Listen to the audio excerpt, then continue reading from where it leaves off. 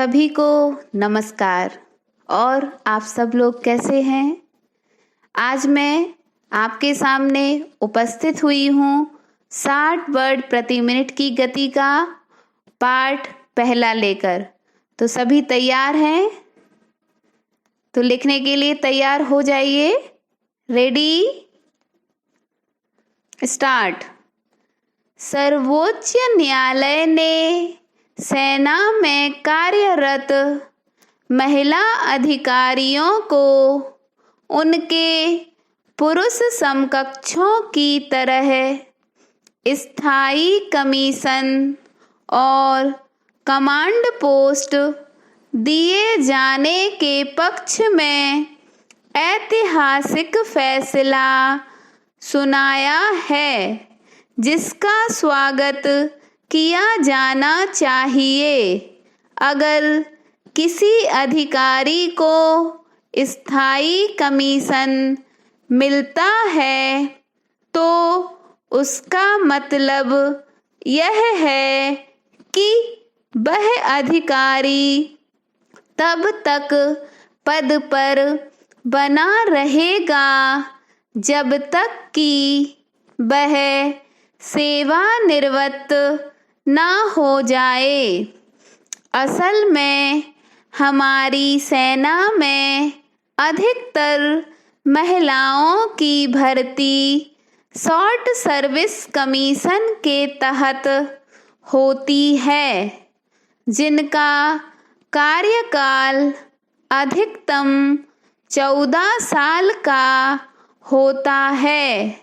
लेकिन अब जब सुप्रीम कोर्ट ने यह फैसला सुना दिया है कि सभी महिला अधिकारियों को स्थायी कमीशन दिया जाए, चाहे वह कितने भी समय से सेवा में हों, तो इसका मतलब है कि सेना में कार्यरत 1653 महिला अधिकारियों का इसको फायदा मिलेगा और वे सेवानिवृत्ति की उम्र तक काम कर सकेंगी।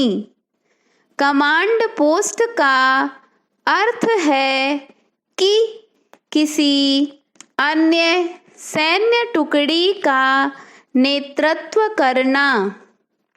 वास्तव में इस तरह का फैसला दिल्ली उच्च न्यायालय ने 2010 में ही दिया था कि महिलाएं भी पुरुषों की तरह सेना में कमांड पोस्ट संभाल सकती हैं।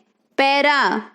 लेकिन केंद्र सरकार ने दिल्ली उच्च न्यायालय के फैसले को सर्वोच्च न्यायालय में चुनौती देते हुए कहा था कि महिलाओं को उनकी शारीरिक क्षमताओं और घरेलू दायित्वों की वजह से कमांड पोस्ट नहीं दी जा सकती, क्योंकि वे सैन्य सेवाओं की चुनौतियों और खतरों का सामना नहीं कर पाएंगी।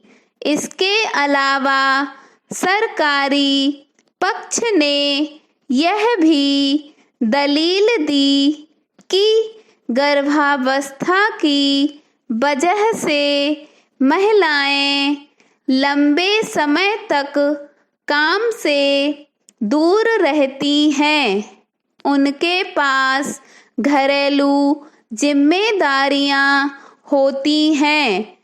इसके अलावा उन्हें सीधी लड़ाई में इसलिए भी नहीं उतारा जा सकता क्योंकि यदि उन्हें युद्ध में बंदी बना लिया गया तो यह उस अधिकारी, सेना और पूरी सरकार के लिए ठीक नहीं होगा।